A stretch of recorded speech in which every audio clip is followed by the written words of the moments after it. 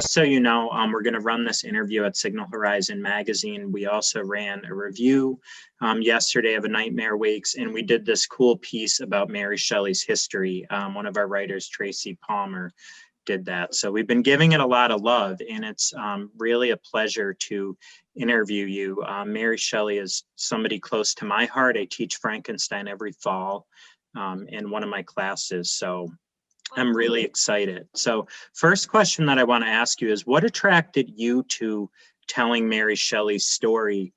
Did you feel a personal connection to it? Very much, yeah.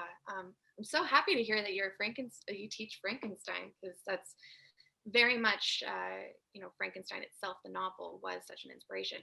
To your question, yeah, I was actually 20 years old when I started thinking about writing this, when I actually did start writing this. And so I was only about a year older than Mary when she wrote Frankenstein. And so there was immediately kind of a bond, a connection that I felt. And for me, it was when I was reading about her miscarriages and the loss of her children. She was plagued by death her entire life, but it was particularly those incidents that really seemed to affect directly Frankenstein and the writing of it. And I wanted to highlight that because I found that it was kind of preposterous that I knew this incredible creature and I knew its doctor and I knew this creation story, but that for so long, while I might have known Mary Shelley as a name, I might have known her as a person who wrote it, but I knew nothing about the fact that this really was rooted in very feminine issues and motherhood. So I wanted to explore those elements in a way that hadn't really been done before. Yeah, just a personal comment. I love how you make her story so front and center, because we know the famous story behind the novel, but this is the only film I could think of where she is the focal point. And what you said ties into my next question. I was thinking of the director's statement that you made with the press material sent to me, and I'm paraphrasing, but you compared Mary Shelley to, yourself being a modern woman, and that it's not that dissimilar. And that surprised me when we think of, Mary living in the 19th century, but you see this overlap, I think. Could you talk about that a little bit, that statement? I think it really started for her with her own parentage. Mary Wollstonecraft being not somebody that she ever got to know, but somebody whose work and thoughts were so incredibly effective and influential for Mary, that I think sorry, collecting my thoughts really fast. um, where was I going with this? I'm sorry. Oh, it's been a long day. Can you repeat the last part of that just so that I can? Yeah, I just wanted you to comment on your statement where you felt that it's not too dissimilar being a modern woman compared to Mary Shelley's story. Right. And, with Mary Wollstonecraft being an influence for her and Mary herself being this very young woman, I saw her kind of living a life that wasn't necessarily very um, normal for her time. And she was being surrounded with even her parents, but then all of the friends that she chose, she was surrounded by some of the most intellectual, forward thinking people of her era. And yet still they weren't taking her seriously. They weren't seeing her as a real contender, and yet it is her work that has transcended the test of time the most, I would say. And I wanted to see why that was. And I felt that in looking deeper into Frankenstein, and especially in looking at the monster itself, at the creature, that there was a lot of kind of longing and hauntedness and this desperation for acceptance that felt very in tune with Mary's own writings in her journals and her letters and what she was experiencing. And so it felt really similar in ways that as a monster is trying to fight for acceptance and understanding even against his exterior, that Mary herself as a woman at that time was trying to fight for that same acceptance and not being taken seriously because of her exterior. And that really felt very similar to what I was going through while I was writing this. I had people coming to me being like, you should write this about Percy Shelley, he's more interesting, or no joke. Or people saying like, you don't need to do a story about Mary Shelley. Do a story about Frankenstein itself. And it felt so bizarre that I was like, wait, I'm even being silenced in how I'm trying to tell her story about how she and her own persona was silenced by history through the shadow of her monster. Yeah, that's great. Yeah, wow, wow. I wanted to ask you too, because I know that you also wrote the film. So how much research did you do? I know that you mentioned Mary Shelley's journals. I imagine that you did a lot of research for this. So much research. I actually also studied history in college along with film, and historical accuracy, while some might not agree having seen the film, historical accuracy is actually incredibly important to me. And I wanted to approach this really with as much attention to detail as I could, while still trying to tell this incredibly vast life in a matter of an hour and a half. And oh, where was I going with that? I'm so sorry. It's been That's a long okay. day. Could you just repeat that last piece? Yeah, just wondering how much research you did for the film. Thank you. So I went to anything and everything that I could find. I obviously looked at journals. I looked at letters, especially letters that Mary was writing to friends like Thomas Hogg, and to her father. I looked at Mary's foreword that she wrote about 15 years after the novel. And I looked at Percy's poetry. I looked at Byron's poetry. And actually, there's dialogue throughout the film that those two are actually quoting their own poems throughout as dialogue. I really tried to bring as much of their voices and their hearts into this as I could, while still acknowledging that I had to make some changes in order to fit it all in. Um, but yeah, I at the end of the day, what I always turned to and what was my main point of reference was the novel Frankenstein. And I actually was really lucky to find a printed version of a very, very early manuscript in Mary's own handwriting that has Percy's handwriting and notes all over it. And so I would often go to that as much of it that I could decipher as possible. And I would kind of look at that and try to find moments in that story that were almost biographical for Mary, autobiographical for Mary. I do have to talk about Percy. This is not a movie about the men, but I was fascinated by the way he's portrayed, because even my own perception of Percy Shelley is that he was a radical and he was very supportive of women's rights, and he was, but I think your film makes him a lot more nuanced and a really complicated character, because on the one hand there's that scene where they're at Byron's cottage and he gives Mary the floor, but then he forces himself upon her. He tells her to take bed rest, which a lot of women were told to do at the time. Could you just talk about adapting him for film and writing him? Because I thought he was, to me, this is Mary's story, but I thought the portrayal of Percy was really interesting and a lot more complex than some of the views we might have of him. Thank you. He was honestly one of the biggest challenges that I had for the film because, yes, he was this incredible radical. He was a feminist. He was an atheist. He was really pushing the society at the time forward into new modes of thinking, which is brilliant and wonderful. And I think is one of the fundamental reasons why Mary had the room to be able to create something like this. At the same time, he was also a womanizer. He said a lot of great stuff. Sorry, he said a lot of great stuff, but then he was always with other women. He was trying to convince Mary to sleep with some of his friends. He was always often abandoning her and leaving her to kind of sort a lot of these messes on her own.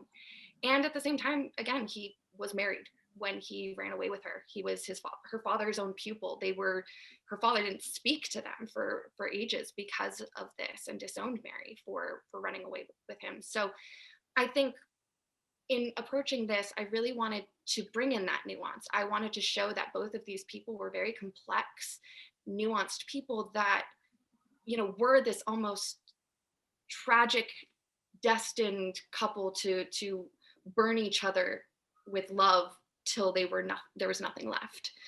And at the same time, I needed him to be somebody that we loved and that we cared about, and that we didn't judge Mary for being with. The there's two rape scenes in the film, spoiler. And the first one that's perpetrated against Mary, it was both, obviously it's not something based off of historical written literature at the time. But what it is also, because that is sex between a couple, that wouldn't have even been considered non-consensual at that time either, so it wouldn't be written about. But regardless, it was mainly also as a moment to show both Mary's utter betrayal and inability to fully be accepted by Percy, while also being a metaphor for the moment when Victor abandons the creature for the first time and really, builds it up and makes this life, and then drops it and leaves it, and this feeling of being completely alone and isolated and having to pick up the pieces of yourself after that, without being able to talk about it. I wanted to really kind of capture what the creature was experiencing in that moment within Mary's life. Yeah. As a side note, I had a laugh when there's that one line from Percy where he says, I'll write a poem for our supper. But then, he's telling Mary that she shouldn't be writing, and, she should have bed rest until she has their child. But that relationship, I think, is so nuanced in the film, and complicated, and he's not made to be a great guy, but they do have some tender moments in the film too, especially early on. So I just thought it was the way that they were portrayed in their love affair was wonderful. I wanted to touch on the idea of madness too, because so much during that time, if a woman wanted to write or she was outspoken, everybody would say that, she's mad, and it was a way to remove her agency. So could you just comment on the portrayal of madness and why you wanted to, it's such a big part of the film, why you wanted to include that? Thank you for saying that. Exactly. There's kind of a huge element of that time, and unfortunately I'm seeing it a lot of reactions to the film now, is this idea of immediately painting her as this hysterical woman, which I find to be an abhorrent word.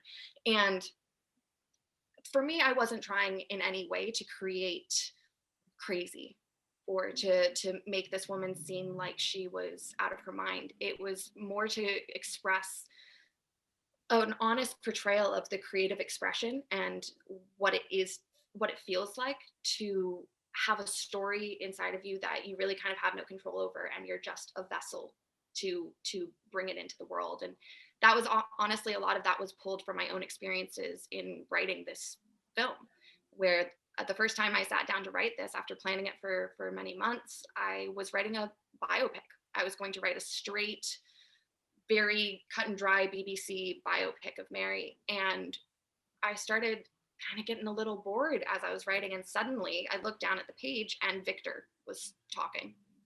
And I kind of pulled on that string a little bit. And suddenly it became this other world that, I'd sit down and look at my computer 5 hours later and find 20 pages that I didn't remember really even writing. They just kind of were.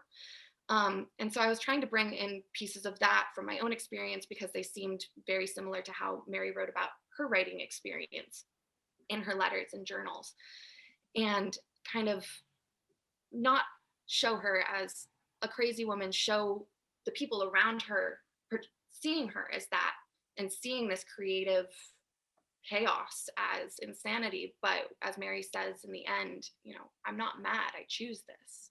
I choose to step into my novel because my novel is the only place that's safe. It's the only place that I can actually find a reprieve. Yeah, that's great. That's great. I only have two questions left for you. I wanted to ask you, 200 plus years later, 200 years and some change, people still love Mary Shelley's novel. I mean, when I teach it, when we watch some of the film adaptations, my students love it. It still grabs our attention all of these years later. Why do you think that is? It's such a universal story in terms of its humanity. The creature, that's one of the things that hurts me in watching certain other Frankenstein adaptations, is that they take away the true humanity and vulnerability of the creature. And I think it's in the creature's words of being abandoned, of being isolated, of not being accepted, even though he so desperately wants to be. And ultimately that turn of if I cannot inspire love, then I shall cause fear. I think that is something that almost every single one of us can connect to and understand, that feeling of not fitting in, of not being accepted for who we are, that something about us, be it our exterior or the way we express ourselves, is not societally acceptable. And this loneliness that comes from that. I think also for women especially, and that's something I really hope to recontextualize with this film, is to allow women to also see this story of a young girl trying to find her place in the world. A story of a young mother who doesn't know how to deal and cope with the loss of her children. And I really was hoping to inspire some of those feminine themes, and bring Mary's own experiences back into that story of Frankenstein, because yeah, I think it's something that emotionally anybody can find something to connect with. And that's why it will never die. Yeah, and I think we do have to acknowledge that a 19-year-old woman essentially, launched sci-fi and horror with this novel. I mean, some people argue with that, but come on, it's amazing. It's Some people amazing. also think that Percy wrote it. So Yeah, I know. I know. Last thing I want to ask you is, what, now that you have this behind you, and again, congratulations, what do you want to work on next? oh, I've been chomping at the bit ready for kind of the next thing. I'm currently in the middle of two pretty big projects. One is another horror period piece, and it's called Ashes. It centers around kind of some Scottish folklore, including a banshee as a main focus. And then another one that I'm in a year-long lab for right now, it's called Bruja, and it's a modern horror film that is about Mexican witchcraft. Well, those both sound amazing, and I'm excited to see them move forward. And hopefully, you could start filming whenever this pandemic ends and we're all vaccinated. So, again, Nora, thank you so much for talking to me. This was a pleasure. And, I loved the film when I saw it, and now I want to go back and rewatch it because now I have other ways to see it and to think about it, because of your interview. So, thank you so much. Thank you. Wow, that's incredibly heartwarming to hear. And I wanted to say, I read the historical piece that y'all did, and I read the review. Both were just beautiful. And I absolutely love what you're doing by pushing again the actual history behind this, because for me, all I want is people to see this movie and want to know more about Mary and want to reread Frankenstein or read it for the first time. So thank you for pushing the historical elements of that. It's really important to me. Yeah. Yeah, I'm going to stop recording.